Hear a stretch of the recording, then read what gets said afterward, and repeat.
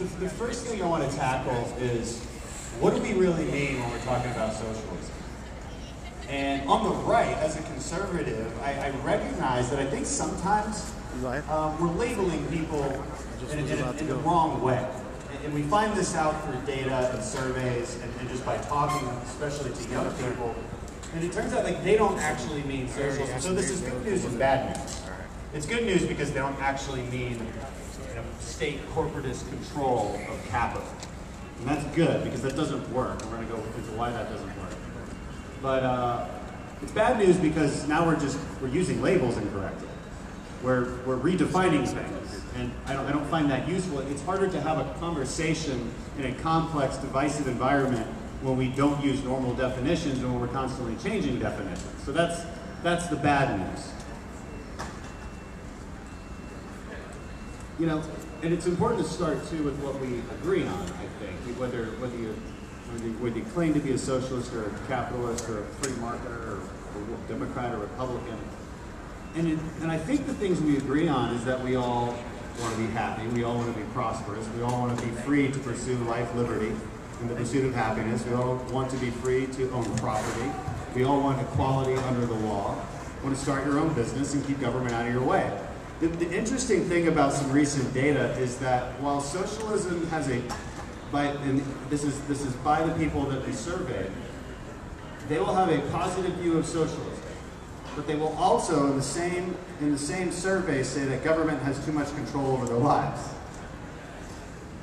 So again, we're not defining things correctly. And there's another interesting anecdote I'll give you. I was back in Houston. I was having dinner with my wife, and I went up to the bar.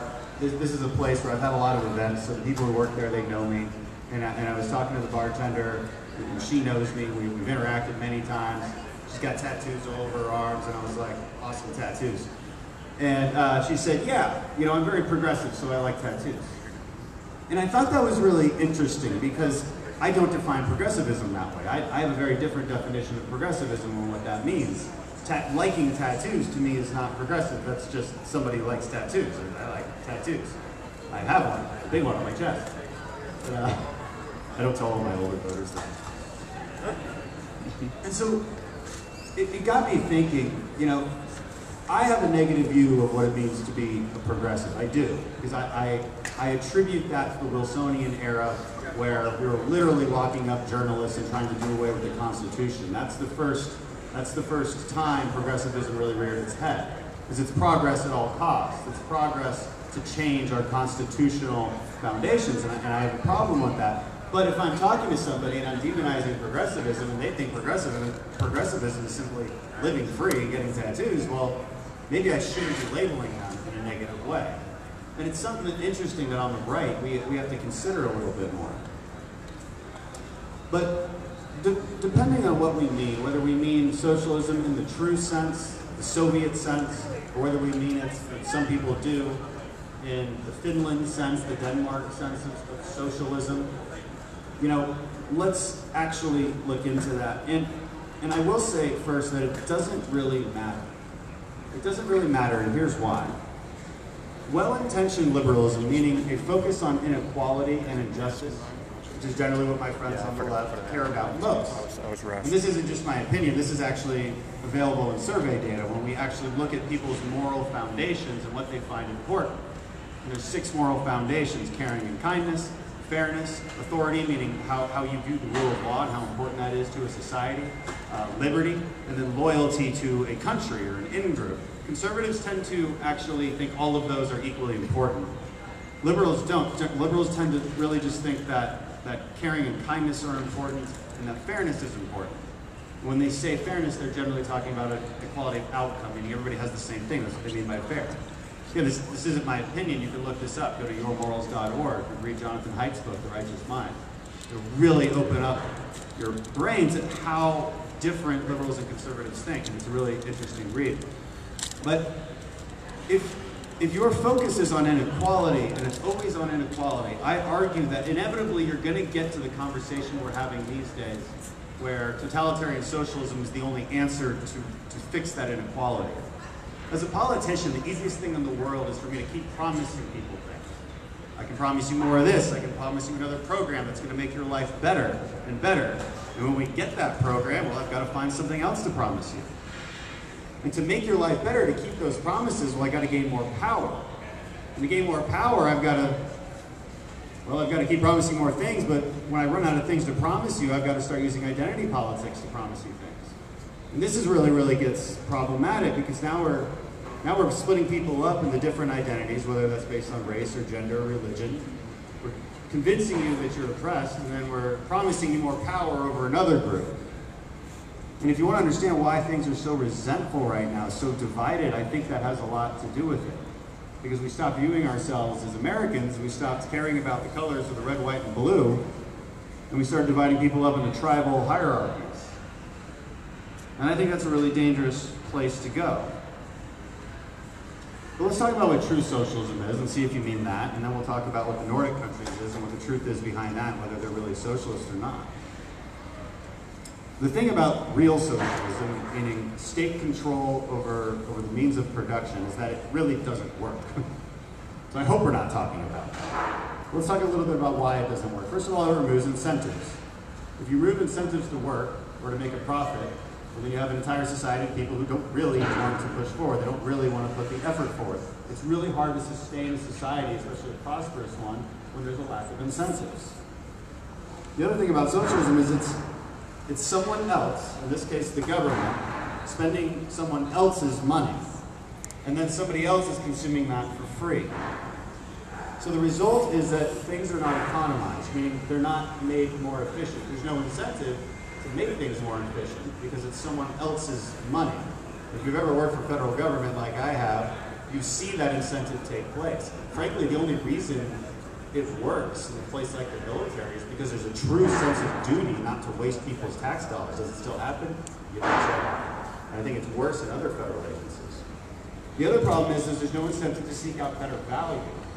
Again, because you're getting it for free, so why would you care about trying to seek out something better?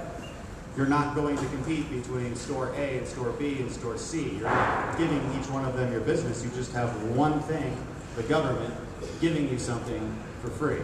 No incentive to make it better. The other impossible thing about socialism is that it's centrally planned. Central planning is the ultimate conceit. It's this belief that you're omniscient, frankly, that a group of experts who have wonderful degrees from places like this can actually figure out the most complex problems that society has. This is the ultimate conceit, because in the end it's impossible. Have a group of experts in Washington try to wrap their heads around the most complex healthcare market in the world. It doesn't work. The fourth thing. When we make things free, we remove an economic term called willingness to pay. When you remove the willingness to pay, meaning what the price point is, all right, and the market establishes that naturally, it's that so-called invisible hand. We know what things cost because we know what people are willing to pay. When you remove that, what you're doing is the way that you distribute goods now is to see who's willing to wait in line the longest, or to see who has the best connections. And if you look at old socialist countries like the Soviet Union, this is exactly what happened. And this has the effect of actually transferring more goods from people who don't need them, from people who need them to people who don't need them. It's actually the reverse of equality. The other problem with doing things below market prices is that there's less production. There's a lot of evidence for this too. Let's look at even the Nordic countries right now. When you make something free, the way they make education free, we can actually measure whether you get more value out of a college education or not, meaning what would your income would have been with or without that college education. The OECD measures these things. It turns out that America is a heck of a lot better than even Nordic countries. Why? Because they've made their education free, perhaps. People don't value it as much. And in practice, state control over the means of production doesn't work. The reason there was ultimate famines that killed millions and millions of people in places like China, in Maoist China, in the Soviet Union, in Ukraine, it's because the government decided that it was omniscient enough to figure out exactly what needed to be produced, who needed to produce it, how many laborers needed to be hired.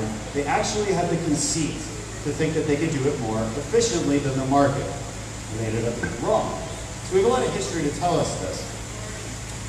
But let's say this is not what you mean. And actually, most people don't mean this when they're talking about socialism. I want to grant people that. But let's say you're talking about the Nordic countries. Well, now the question becomes, are they really socialist? I would argue that no, they're not. In fact, as conservatives, we have a lot to like about Nordic countries. First of all, they have lower corporate tax rates. Until the recent tax plan that was passed, Nordic countries had far lower tax rates than we did. Now we're about on par. They also have just as good of a business environment, regulatory environment, if not better. It depends on who's doing the measurement and who's doing the study. But they have a much freer market than we do in many respects. There's no minimum wage, for instance. Their tax system is quite different from ours, and not in the ways that you would expect. They have far more regressive tax policies, not progressive tax policies. So, for instance, they have a very high value-added tax, which is basically a consumption tax. It's basically a sales tax, up to 25%. Everything there is far more expensive. Now, a consumption tax is effectively a flat tax. It's something that a lot of free marketers really like. It puts the burden of tax on everybody. It also puts it on people who are visiting, tourists, immigrants, things like that. They have much lower, in some cases, or even no estate tax. Our top effective tax rate for income isn't even all that different either. It's actually only 3% lower than their top effective income tax rate. And if you don't believe me about progressivity, the OECD actually measures this. And it turns out the United States is one of the most highly progressive tax structures there is. The Nordic countries are at 1.01. That's a coefficient. So 1 means basically a flat tax, meaning like I'm the government, I tax all of you exactly the same no matter what you make. You all get 10% taxed. That would be a 1, coefficient of 1. The average of the Nordic countries is 1.01. The United States is about 1.35. We're far more progressive. Families earning $70,000 in Denmark would already be taxed at the top rate there, 46%. So they promise you a lot of things there. They say, we're going to give you this stuff, but we are going to tax you for it. It's an honest conversation, at least. I wish that was a conversation we were having here. He said, I want to raise your taxes this much, I'll give you this. And that's effectively what they do, especially with their healthcare policies. The thing is, it's also not what you think. Their healthcare systems are largely decentralized. They tax at the municipal level. And think about that. These are much smaller countries than even we are. And we're having a conversation about single payer at the federal level. That is so far to the extreme of what even Nordic countries do with their universal healthcare systems. The fourth thing I want to discuss with you guys real quick is the fundamental differences in between what the left and the right believe about the purpose of government. And this difference becomes really salient on the Budget Committee, which I'm a part of. We have an argument on the Budget Committee pretty often. It's what causes the debt. Everybody still agrees that debt is bad. This is the good news. The bad news is we have really fundamentally different ideas of why there's a debt. My colleagues on the other side of the aisle proclaim that the reason we have a debt is because of the tax cuts 2 years ago. As if history began 2 years ago, and that's why we have a $22 trillion debt. And by the way, everybody your age has to pay off. I don't like that very much. The truth is that in 10 years, we would have a $31 trillion debt if the tax cuts had never been passed. With the tax cuts, we're going to have around a $32 trillion debt. The math doesn't add up. We don't have a debt or deficits because of tax cuts. In fact, as a percentage of GDP, the government is taking in the same amount of federal revenue that we have been for really decades. It's always been averaged about 17%. We have record amounts of revenue coming into the federal government. Record amounts every single year. Next year, it's going to be about $180 billion more than last year. Don't quote me on that exact number, but it's 100 and something, 150, 180 billion. We don't have a taxing problem. It's not that we aren't taxing you enough. So what is causing the debt? Well, it's 70% of the spending that we never actually touch, mandatory spending. And hopefully we get into some questions about that, because that directly affects everybody your age. But again, this speaks to a fundamental difference between how we view the purpose of government. I think one side views government as we should tax the people the maximum amount possible, mathematically possible, to do all the good programs that benevolent academics want to implement. Remember that group of experts mentality? We want to give that group of experts all the power to make sure that they can construct society into this utopia. And this gets to the second belief, that we can actually form human nature. in some kind of utopia, whatever that utopia happens to be at the time. The problem with this sense of governing is that you're never actually sure what they mean by good. What is the right way to actually form human nature? I have a real problem with that. I think the purpose of government is simply to protect your inalienable rights. It's how our country was founded. It's how we got the miracle that we have today. You see everything around you. We're always talking about how bad we have it. The truth is quite the opposite. We have it incredibly good. The fifth thing this gets to is a sense of gratitude. And I want to talk about some sustainable cultural narratives and some unsustainable cultural narratives. If you ever listen to the Turning Point events or a lot of my other fellow conservative commentators, we often say that politics is downstream of culture. And I worry a lot about the direction of our culture. We can fight about the policies, tax policies, how to reform Social Security, but cultural issues are up front and center. I think there's 5 things that we need to have a sustainable culture. I'm going to go through them as quickly as possible because I know we want to get to questions. One is personal responsibility. And I know we say that a lot, but I don't know that we always explain why it's proper, why it's really important. Personal responsibility is important because if you don't have it, then by definition you believe others should be responsible for you. If you believe others should be responsible for you, then it's really no wonder that you might be inclined to believe in socialism. The other problem is that if you're not personally responsible, you're not empowered. And if you're a disempowered person, you believe that somebody else is in charge of your destiny, well then you become depressed. You become bored. You don't want to contribute. You can't sustain a society when more and more people don't believe that personal responsibility is a fundamental building block of a strong society. We become weaker. We start to lose our sense of self. The second thing is mental toughness. Basic mental toughness and discipline. So mental toughness meaning, can you thrive in a free society where people are saying things that you might not like? Are you outraged by that? Are you offended? Are you always looking for a reason to be offended? Again, as this spreads, as this issue spreads, I don't know how we survive as a society. And discipline, this is closely related to personal responsibility. Can you forego drinking beer and pay for rent?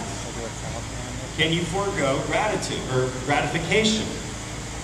These are things you just teach your kids, really. But I don't know that we're teaching each other as a culture why they're important. Personal responsibility, discipline. The third thing, sense of duty. Remember I mentioned sense of duty about why the military actually works, somewhat. Loyalty to a country, a love of country, and understanding that there's certain things that bring us together as a country, a pluribus unum, of many one. This idea that the only colors that really matter are the red, white, and blue. That is what I mean by sense of duty to a country, and this is problematic if you start to not believe in this, if you start to believe that our country was founded on bad ideas and bad things and genocide, as some people say. Well then, it's also easy to believe that we should have open borders. If you don't believe in the sovereignty of your country, if you don't really care about the sense of duty to that country in the first place. And the fourth thing is virtue, and where we get that virtue from. And I argue that it's from God. And we have no choice but to believe that, because if it's not from God, then by definition it's just an opinion that somebody holds. Atheists can be great people, morally good people. But I always ask an atheist, where did you get your morality from?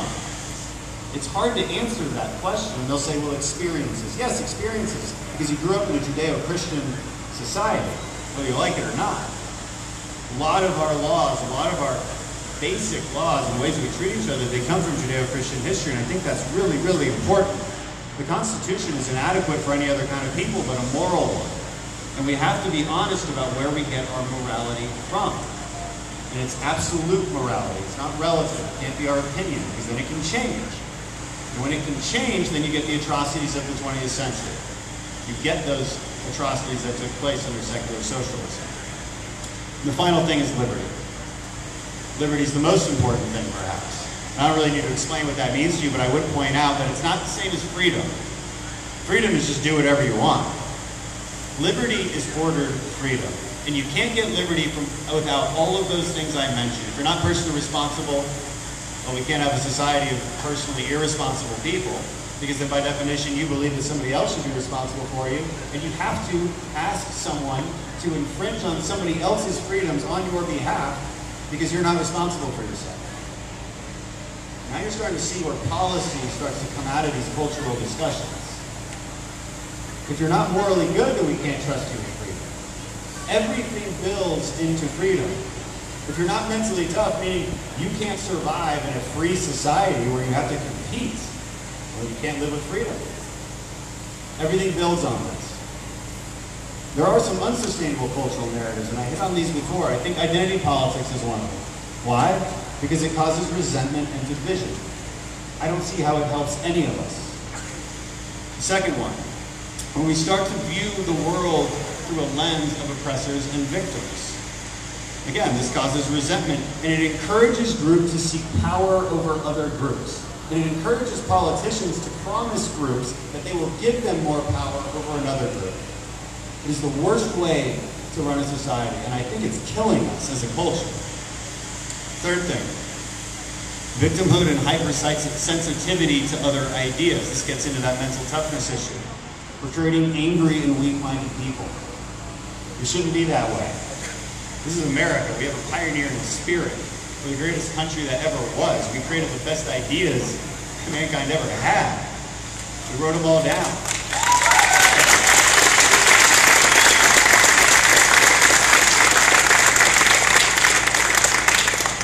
And the fourth thing, this idea that wealth is bad, that it should be punished, that we should be resentful for people that do well, that we should believe that they're not paying for their fair share. You know, I think the top 1% pays like 37% of all income taxes, and like I said, if you want people that aren't paying their fair share, go to Denmark. This removes incentives. It's an unsustainable cultural trend. Because why keep paying for things for other people if you know that the money you make isn't going to go to you? Where's your incentive? Where's your incentive? Let's get to the last thing. What I believe conservative stands for, fundamentally what it stands for. It's gratitude. It's gratitude for what got us here. It's gratitude for the fact that our biggest complaint, generally speaking, on a place like this, is whether the supercomputer in our pocket is getting Wi-Fi or not. I mean, it's kind of an amazing time we live in.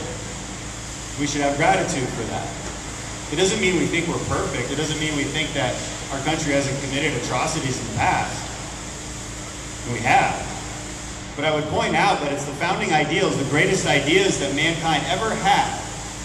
And we got those from Jerusalem, where we found moral truth, in Athens, where we found reason, in Rome, where we understood law and heritage, in London, where we understood that even kings are subject to law, and that personal property rights create a free society. We took all that and we put them in the American founding. And we didn't always live up to that founding, but we used those ideas to combat the evils of slavery, to combat the evils of Jim Crow. Martin Luther King made his stance. He used the ideas that America was founded on to make his case. That's an incredible thing. It's an incredible thing, and it has created the prosperity that we have in this country. And I think that's what we should be grateful for, and I think that's what we should fight for, and I think that's why I think socialism sucks.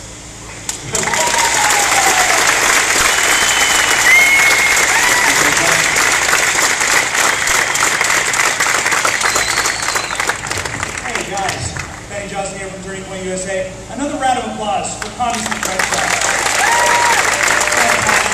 We're going to have mics. Mics are going to be brought out here. We would like to make it an orderly process. We'll be alternating questions between the mics. We have people there to man the mics. Please don't grab them or handle them yourself. And please, I'm begging you, I know you're all very smart. You're much smarter than me. You're not as smart as Dan. But please ask very short questions. No speeches, ask questions, please. All right? So if you are ready, if you want to ask a question, I believe we have a line here, and we have a line already started here, yes? Okay.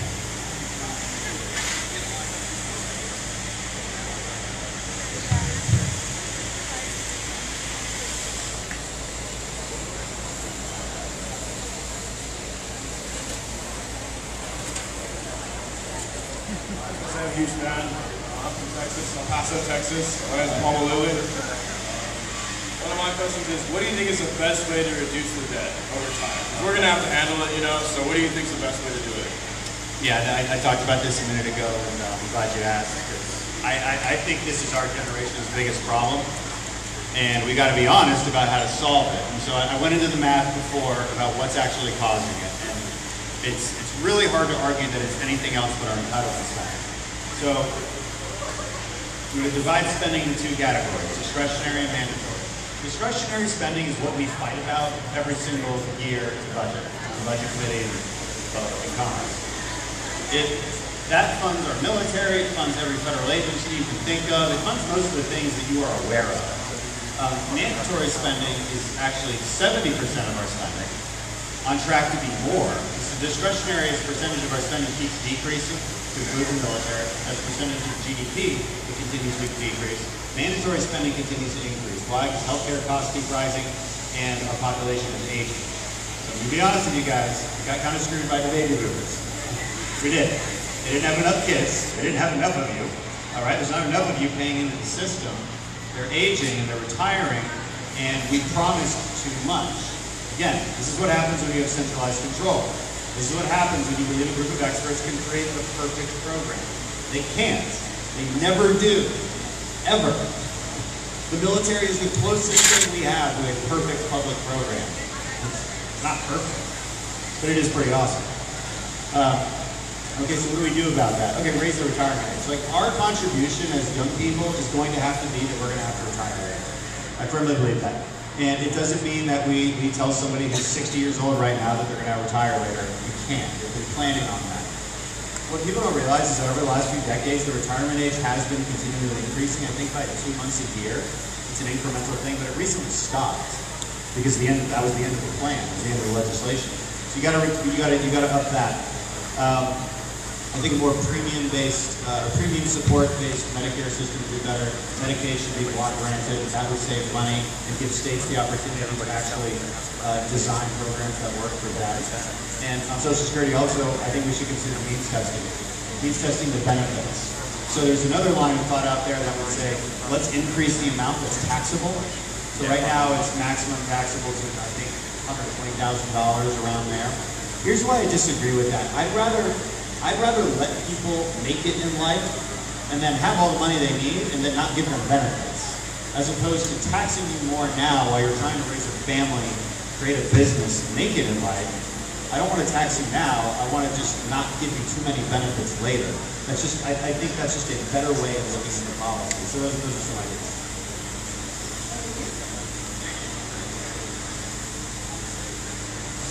I'm a big fan.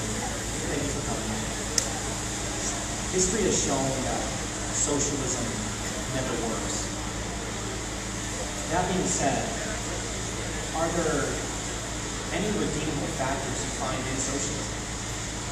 Again, it always depends on what people mean by it, which is why I started out that way. Like, there's so many people who, I saw this debate between a kid at a campus and Ben Shapiro, and they got into it about it. He's a socialist, and Ben's like, socialism is bad. And the kid's like, well, what about this company in Spain that basically shares all its profits with all of its workers?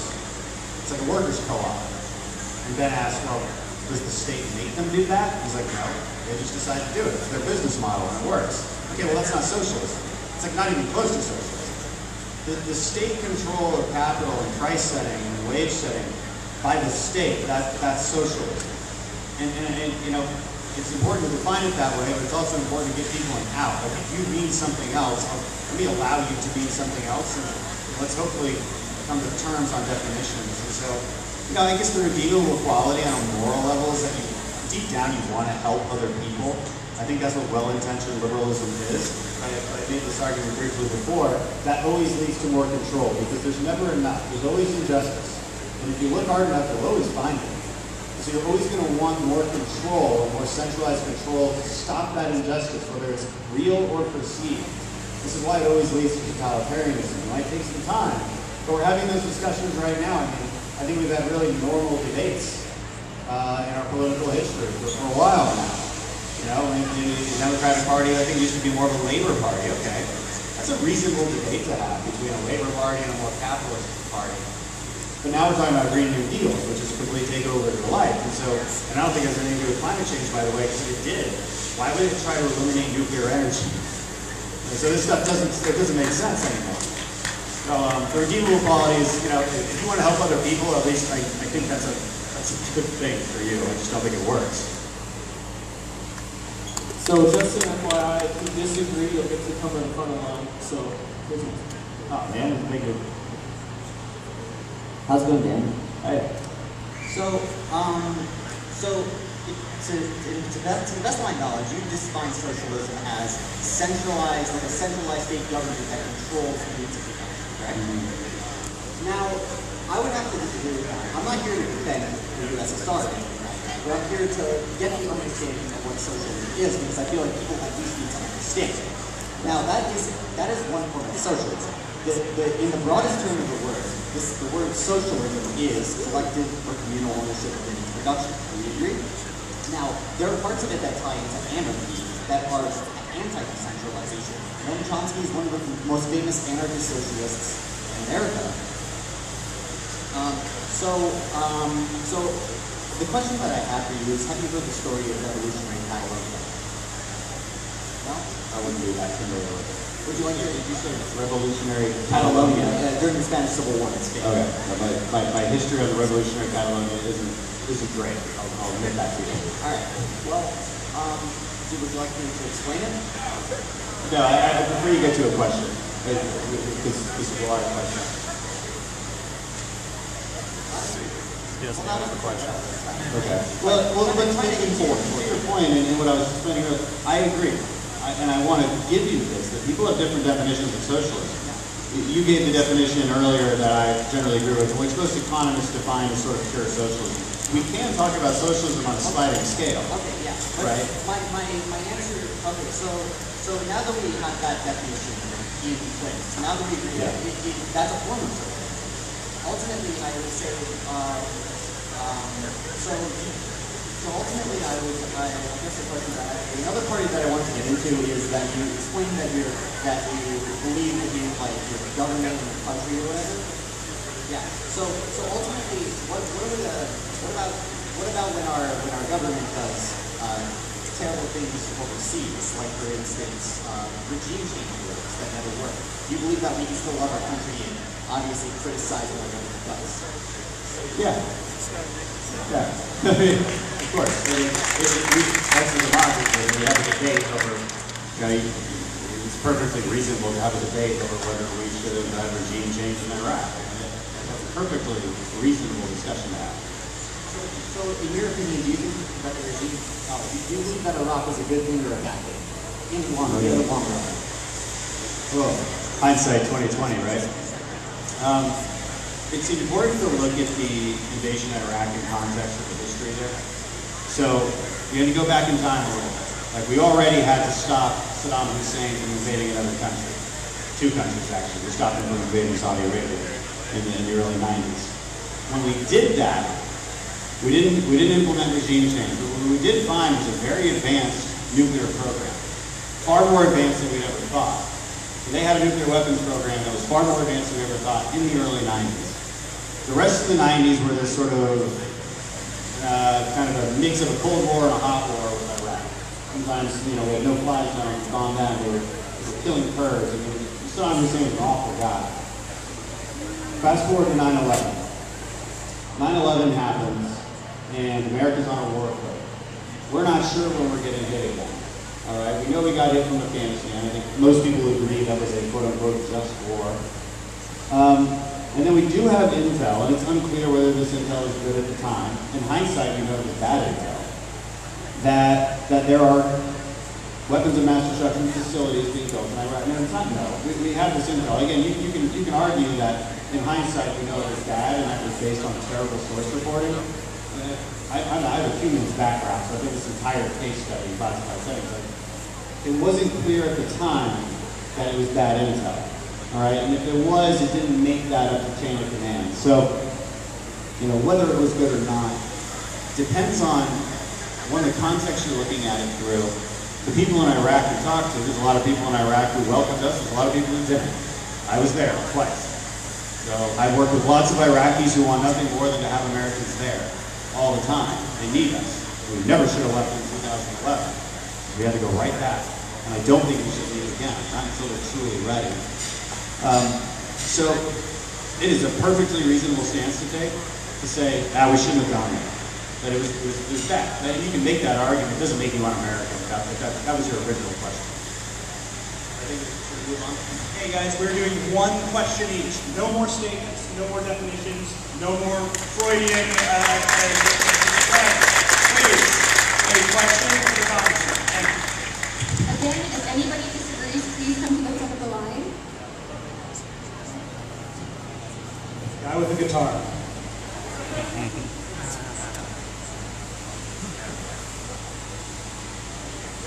Yeah, so thanks for your service, by the way.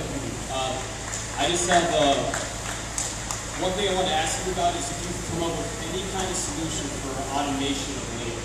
So this is where I don't think capitalism can probably give a holistic approach for a solution.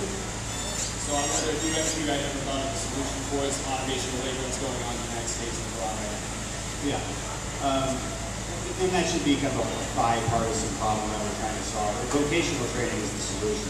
You need people to be looking at other options in their education besides wonderful places like this. This is maybe good for all of you guys, but it's not good for everybody.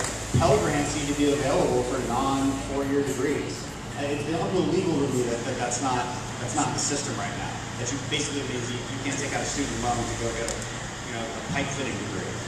Right? Which takes you 6 months and you make like $75K a year. This is amazing stuff. Now the private sector is really leading the way on this. And so the question, and this is where I'm from in Houston, and I see it all the time, like all of these big companies creating these programs, they're really cool, and I guess in some of them label as progressive ways, in the sense that like they'll only have a program for women of color. And they're training these folks to be pipe fitters. They're training them to be welders. This is a job that's not going away anytime soon, and it's extremely beneficial for people. And the question is like, what's the right public-private partnership? We always want to help, and then we get in the way, and then we screw it up. So I don't want that to happen. I think giving incentives for apprenticeships and allowing the private industry to really move this stuff forward is going to be extremely important. As we deal with the automation issue. Because, the automation is not going to happen overnight, right? So we are going to have some time to adapt, and we've got to encourage those cultural foundations I mentioned. Encourage people, if you got to get up and move, sometimes you got to get up and move. Go find the work. There's plenty of work here. We have more jobs available than we have unemployed people. It's a good problem to have in America, but it's not bad right now. But the people need the skills to move up that economic ladder. Labor productivity is the biggest thing holding back GDP growth. Meaning, what the unit of work you put in and what that's worth. Okay, so you get more of that by creating better skills and therefore being available for better jobs. So vocational training is huge, and getting down to the high schools is huge. How we do that is something we're always trying to figure out. I'd say this administration is working quite a bit on that. Ivanka Trump in particular is wholeheartedly invested in this particular idea. That and the conservative solution to paid family leave, which I have a big part of as well.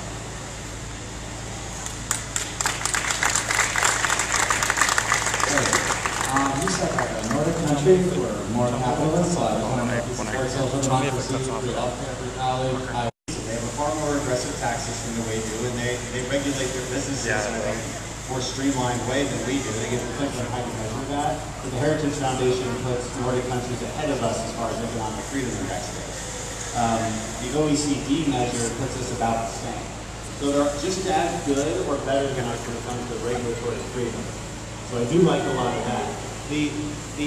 What they have is an understanding within their very homogenous population, by the way, where they don't get a lot of immigration. They're not very diverse. And they say, hey, we want to raise our taxes to this to include the lower and middle income class. So it depends. It's like, if we were having an honest conversation doing what they do here, we would offer the middle class and lower income class people drastically raise the taxes. Like I said, $70,000 a year, 46% tax rate. And here's what you get as a result of that. Are you willing to pay that or not? That would at least be an honest political debate. Unfortunately, that's never the political debate. What we're always saying is that we're going to tax the rich. Here's the thing. If you tax the $10 million at 70%, that was the recent tax plan floated around a lot, that gets you $700 billion over the course of 10 years, which is practically nothing. Practically nothing in the grand scheme of things. I mean, we're talking about $32 trillion Medicare for all scheme. So you do have to tax the middle class, and you do have to do it the regressive way. There's just no choice there. So we can have that debate, and I'll simply say, I want to keep more of my money, I know to do it better, and the free market knows what to do it better. You can say, no, it doesn't, and we can have that debate, and at least we can be honest. But it's important that people understand that if you want to create those programs, you've got to tax the middle class. Hi. I was also in the Navy, not as cool as you, but I was also. So, my wife tells me I'm not.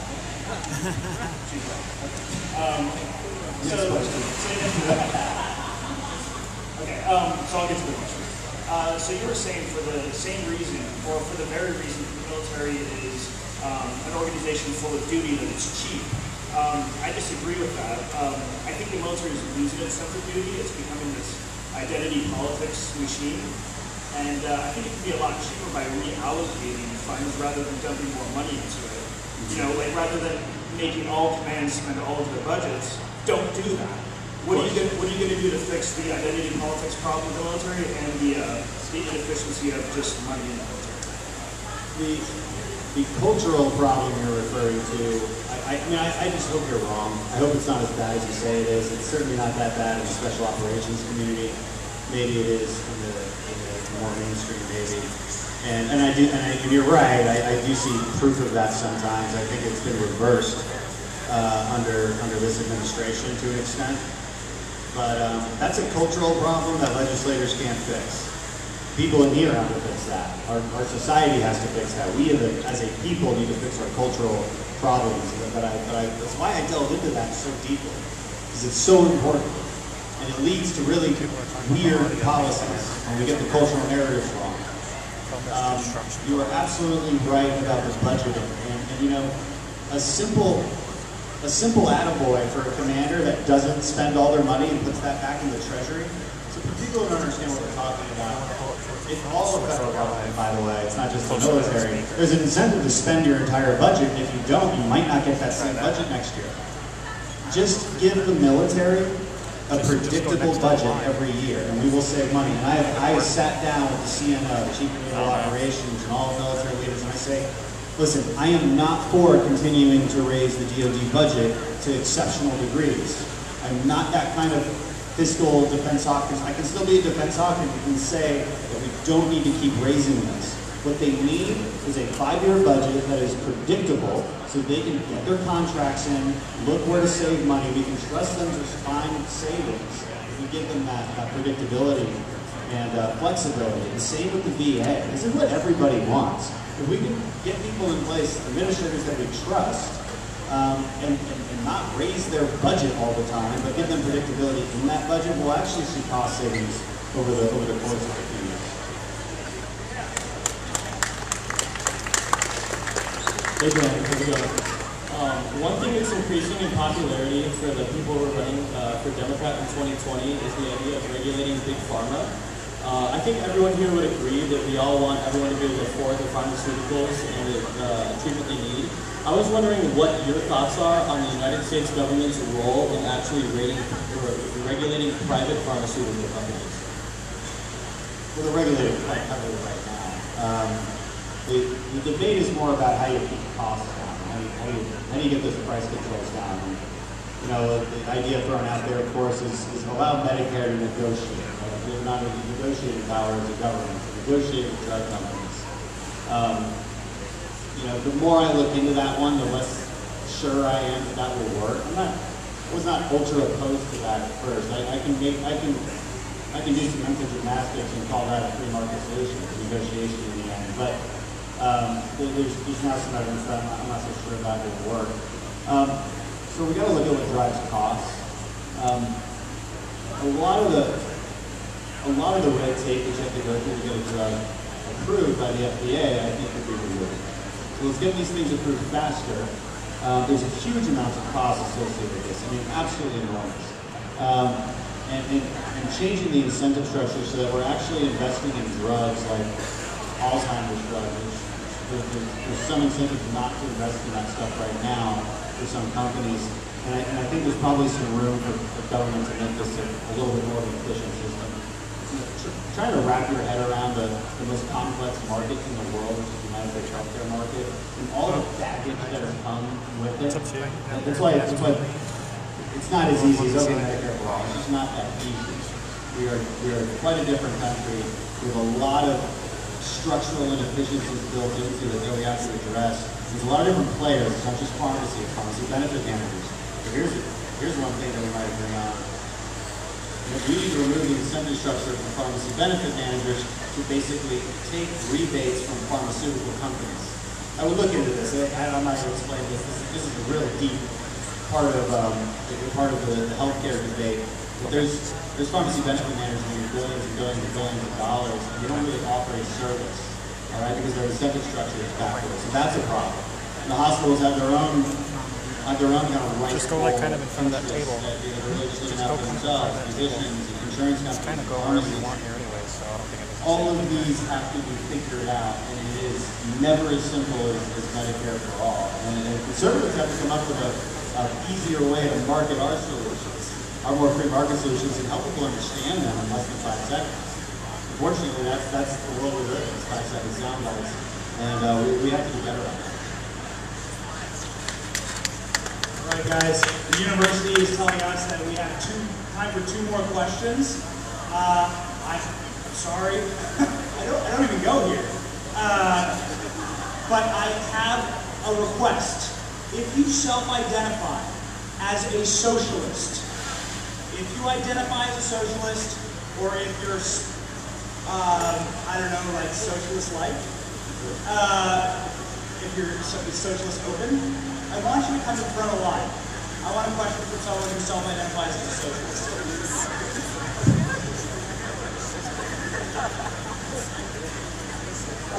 TPUSA is for Nazis, and you should be ashamed of your service in Afghanistan. It is an elitist war of aggression. You should be ashamed of yourself, not calling your service. If you have to call somebody a Nazi, have some respect.